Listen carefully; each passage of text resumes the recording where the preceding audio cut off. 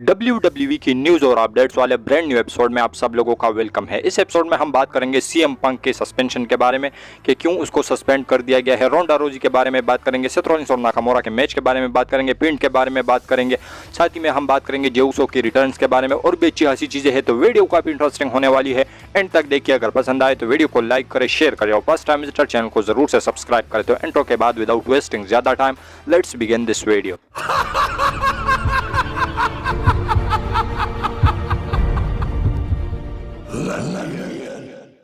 तो सबसे पहले स्टार्ट करते हैं जॉन सीना से। तो जॉन सीना का जो नया मर्च WWE ने रिलीज़ किया है, तो इस समय जो जॉन सीना है उसकी जो मर्च है वो टॉप इस समय चल रही है सेल्स के मामले में, और इस समय जो जॉन सीना है वो टॉप मर्चेंडाइज सेलर है WWE कंपनी के अंदर। तो इससे आप लोग अंदाज़ा लगा सकते हो कि जो जॉन सीना है वो जब भी आते हैं तो WWE को तो प्रॉफिट करते हैं, लेकिन साथ में ये बात भी प्रूव करते हैं कि वो अकेले वाहिद एक ऐसे सुपरस्टार है जो कि जिस भी समय में आता है तो टॉप पर ही रहता है। तो आप लोग इसके बारे में क्या कहोगे? इसके साथ हम बात करते हैं अपनी नेक्स्ट अपडेट के बारे में जो कि जुड़ा हुआ है रोंडा रोजी से। तो रोंडा रोजी क्या UFC के अंदर जा सकती है? तो UFC का 300 एक इवेंट होने वाला है जिसके अंदर जो है बहुत सारे फैंस स्पेकुलेट कर रही है कि जो रोंडा रोजी है वो अपना रिटर्न कर सकती है। तो इसके बारे में जो UFC की प्रेसिडेंट डेना वाइट है उससे सवाल पूछा गया कि क्या जो रोंडा रोजी है वो UFC के अंदर अपना रिटर्न कर सकती है, जिस पर जो डेना वाइट है उन्होंने ये जवाब दिया कि जो रोंडा रोजी है उन्होंने WWE के अंदर काफ़ी ज़्यादा नाम कमाया, काफ़ी ज़्यादा पैसे कमाए, तो इस समय वो फैमिली के साथ टाइम स्पेंड कर रही है और उसका कोई भी चांस नहीं है UFC में दोबारा आने का। तो बिल्कुल डिसएग्री किया इन सारी जो बातें चल रही थी और ये सवाल पर भी उन्होंने डिनाई किया रोंडा रोजी के रिटर्न को कि वो उसका जो रिटर्न है UFC के अंदर नहीं होने वाला। तो आप लोग इसके बारे में क्या कहोगे? इसके साथ हम बात करते हैं अपनी नेक्स्ट अपडेट के बारे में जो कि जुड़ा हुआ है जेवियर वुड्स की इंजरी से। तो जिस तरीके से आप लोगों ने मंडे नाइट रॉ के एडिशन में देखा जहां पर ड्रू मैकिंटायर जो चेयर फेंक रहे थे रिंग के अंदर और वो जो है हिट हुई जेवियर वुड्स को, तो इसके बाद जो अपडेट निकल के सामने आई कि इस चीज़ से जो जेवियर वुड्स है उसको थोड़ी सी इंजरी आई है और आने वाले मंडे नाइट रॉ के एडिशन में आप लोगों को नहीं वाले, और साथ ही में वो 10-15 दिन WWE से गायब रहने वाले हैं। तो ये एक छोटी सी इंजरी थी जो कि जहाँ पर जो ड्रू मैकिंटायर है उन्होंने चेयर फेंकी रिंग के अंदर, तो ऐसे में उसकी वजह से ये जो इंजरी है वो निकल के सामने आई। तो आप लोग इसके बारे में क्या कहोगे? इसके साथ हम बात करते हैं अपनी नेक्स्ट अपडेट के बारे में जो कि जुड़ा हुआ है डोमिनिक मिस्टीरियो से। तो डोमिनिक मिस्टीरियो आप लोगों को एक स्पेशल गेस्ट रेफरी के तौर पर देखने को मिलेंगे। तो कब? तो अगला जो NXT का शो होने वाला है इस वेंसडे को, जो आने वाला वेंसडे है, इसको जो NXT का शो होने वाला है, तो इसके अंदर जो नंबर 1 कंटेंडरशिप का मैच है मुस्तफा अली और ड्रैगन ली के बीच में, इसके अंदर जो डोमिनिक मिस्टीरियो है वो आप लोगों को स्पेशल गेस्ट रेफरी के तौर पर देखने को मिलेंगे और जो भी इस मैच को जीतेगा वो पेश करेगा डोमिनिक मिस्टीरियो को उसकी नॉर्थ अमेरिकन चैंपियनशिप के लिए। तो यही कुछ अपडेट निकल के सामने आई है डोमिनिक मिस्टीरियो को लेकर। तो आप लोग इसके बारे में क्या कहोगे? इसके साथ हम बात करते हैं नेक्स्ट अपडेट के बारे में जो कि जुड़ा हुआ है जे उसो के रिटर्न से। तो जे उसो का जो रिटर्न है वो कब तक एक्सपेक्ट किया जा रहा है या कब तक हो सकता है? तो जो 6 अक्टूबर वाली जो स्मैकडाउन की एडिशन है वहाँ पर जिमी और जे उसो दोनों को जो है WWE ने एडवर्टाइज किया है, या तो उससे पहले जे उसो का रिटर्न होगा या उस स्मैकडाउन के अंदर जे उसो आ सकते हैं। और साथ ही में आप लोगों को ये भी बताता चलूँ कि पास्ट लैंड जो प्रीमियम लाइव इवेंट है जो कि 7 अक्टूबर को होगा शायद, हाँ 7 अक्टूबर, जो कि मैं अगर सही से डेट याद कर रहा हूँ क्योंकि इस समय मेरे पास उसकी डेट नहीं है, तो अगर सही ये डेट है 7 अक्टूबर की जो पास्ट लैंड की डेट है, तो इसके अंदर भी जे उसो को एडवर्टाइज किया गया है। तो इससे आप लोग अंदाज़ा लगा सकते हो कि जे उसो को जो रिटर्न है या तो 6 अक्टूबर के स्मैकडाउन के अंदर आप लोगों को देखने को मिलेगा, अगर इसके अंदर नहीं होता तो उससे पहले हमें जे उसो का रिटर्न देखने को मिल सकता है WWE टेलीविजन स्क्रीन के ऊपर।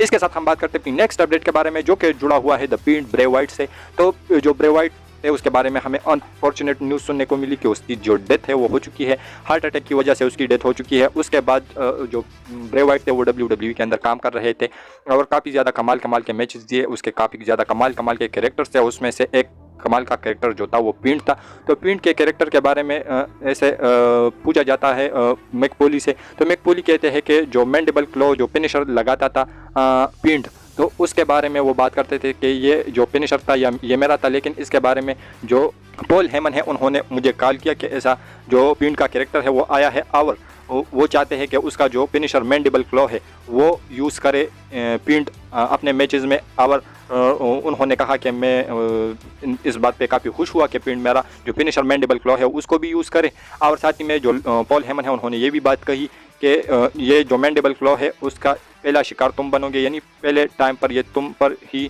जो है ये फिनिशर अप्लाई करेगा पिंड, तो इसके लिए भी जो मिक फोली है उन्होंने एग्री किया। तो इसके बिहाइंड द सीन कुछ चीज़ें थी पिंड के फिनिशर के ऊपर, और उसका जो मैंडिबल क्लॉ था तो उसके ऊपर जो मिक फोली है उन्होंने ये बातें कही है कि जो इस वजह से जो पिंड है वो मैंडिबल क्लॉ यूज़ करते थे, जबकि उन्होंने परमिशन ली थी मिक फोली से। और साथ ही में उन्होंने ये भी बताया कि लोगन पॉल ने साथ ही में ये कहा कि ये जो मैंडिबल क्लॉ है इसकी जो फर्स्ट शिकार है वो तुम बनोगे। तो यही कुछ कहना है मिक फोली का कि इसी तरीके से जो पिंड का कैरेक्टर था उसका फिनिशर था और उसका फर्स्ट शिकार था वो मैं बनाता। तो यही कुछ कहना है मिक फोली का। आप लोग इसके बारे में क्या कहोगे? इसके साथ हम बात करते हैं अपनी नेक्स्ट अपडेट के बारे में, जो कि जुड़ा हुआ है सेथ रॉलिंस और शिंसुके नाकामोरा के मैच से। तो शिंसुके नाकामोरा और सेथ रॉलिंस का मैच होने वाला है पेबैक के अंदर और यह होगा वर्ल्ड हेवीवेट चैंपियनशिप के लिए। तो ऐसे में यहाँ पर पूरे चांसेस बताए जा रहे हैं कि सेथ रॉलिंस इसके अंदर हार सकता है। लेकिन मैं आप लोगों को बताता चलूँ कि अगर WWE के प्लान्स है कि जो इशू चल रहा है इस समय सेथ रॉलिंस के साथ कि उसके बैक में कुछ इंजरी है जिसके लिए उसको सर्जरी के थ्रू जाना पड़ेगा, तो ऐसे में अगर वही सीन चल रहा है इस समय और सेथ रॉलिंस वो सर्जरी के लिए जाने वाले हैं, तो फिर यहाँ पर डेफिनेटली सेथ रॉलिंस अपनी जो टाइटल है वो ज़रूर हारेंगे। लेकिन मैं आप लोगों को ये बताता चलूँ कि WWE ने एक हफ्ते पहले जो है इस बात को डिस्कस किया है कि और प्लान किया है कि सेथ रॉलिंस यहाँ पर जो है अपनी टाइटल इस मैच के अंदर रिटेन करने वाले हैं। और जो अगर WWE ने ये प्लान की है तो शायद से इसमें कोई चेंजेस हमें देखने को ना मिले, लेकिन क्या पता WWE लास्ट मोमेंट में कोई चेंज करे तो शॉकिंग जो एलिमेंट है वो पेबैक के अंदर हमें देखने को मिले। तो आप लोग इसके बारे में क्या कहोगे? इसके साथ हम बात करते हैं अपनी नेक्स्ट अपडेट के बारे में, जो कि जुड़ा हुआ है money in the bank briefcase के कैशन से। तो जिस तरीके से आप लोगों को पता है कि समरस्लैम के अराउंड काफ़ी ज़्यादा रूमर्स चल रही थी, जब जो ब्रीफकेस है वो जीता था डेमन प्रीस्ट ने, तो तब भी ये रूमर्स आ रहे थे, ये अपडेट्स आ रही थी कि जो कैशन है वो समरस्लैम के अराउंड होगा या समरस्लैम के अंदर होगा। लेकिन जब भी होगा ये सक्सेसफुल होगा। लेकिन अब समरस्लैम के बाद एक अपडेट निकल के सामने आई है कि ये जो कैशन होगा ये जब भी होगा ये अनसक्सेसफुल होगा और उसकी जो रीज़न बनेगी और जो कि ये जो money in the bank briefcase है जिसकी वजह से डेमन प्रीस्ट कास्ट करेंगे इस ब्रीफकेस अपॉर्चुनिटी को, तो वो बंदे कोई और नहीं बल्कि पेन बेलर और जेडी मैकडोना होने वाले हैं। तो ये दो बंदे जो है डेमन प्रीस्ट के ब्रीफकेस के बीच में आने वाले हैं और इसी दोनों की वजह से जो डेमन प्रीस्ट है उसका कैशन अनसक्सेसफुल होगा। तो आप लोग इसके बारे में क्या कहोगे? और कल की वीडियो में मैंने आप लोगों को बताया कि WWE प्लान कर रही है जेडी मैकडोना और पेन बेलर के टैग टीम को, तो अगर ऐसा है तो फिर आप लोगों को जो है डेमन प्रीस्ट का कैशन अनसक्सेसफुल देखने को मिलेगा। तो आप लोग इसके बारे में क्या कहोगे? इसके साथ हम चलते हैं आज की फाइनल अपडेट के ऊपर, जो कि जुड़ा हुआ है CM पंक से। तो CM पंक जब से भी उन्होंने रेसलिंग रिंग के अंदर कदम रखा है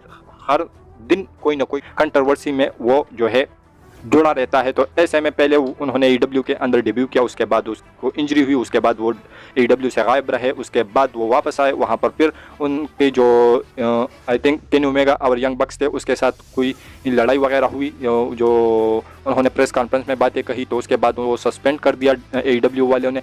लेकिन अब रिसेंट टाइम में जो AEW का ऑल इन शो था जो कि वेम्बली स्टेडियम UK से था, वहाँ पर था जिसके अंदर 81,000 जो लोग थे वो आई थी अटेंडेंस में। तो ऐसे में इसके अंदर CM पंक ने कर दिया है एक बड़ा कांड, और वो कांड क्या है? तो वहाँ पर उन्होंने जंगल बॉय जो कि जैक पेरी जिसका नाम है उसके साथ बैक स्टेज पर रियल फाइट की है, और ये एक इतनी सख्त ज़्यादा फाइट थी कि समोजों को बीच में आना पड़ा जिन्होंने बीच बचाव किया। और इस फाइट में जो मॉनिटर्स वगैरह है वो भी गिर गई है। किसके ऊपर? तो टोनी खान के ऊपर जो मॉनिटर्स है वो इस फाइट के अंदर गिर गई है। तो इससे आप लोग अंदाज़ा लगा सकते हो कि ये किस लेवल की फाइट हुई है। लेकिन ये काफ़ी रियल फाइट है, और सिर्फ यही नहीं बल्कि AEW वालों ने चुपचाप जो CM पंक है उसको सस्पेंड भी कर लिया है।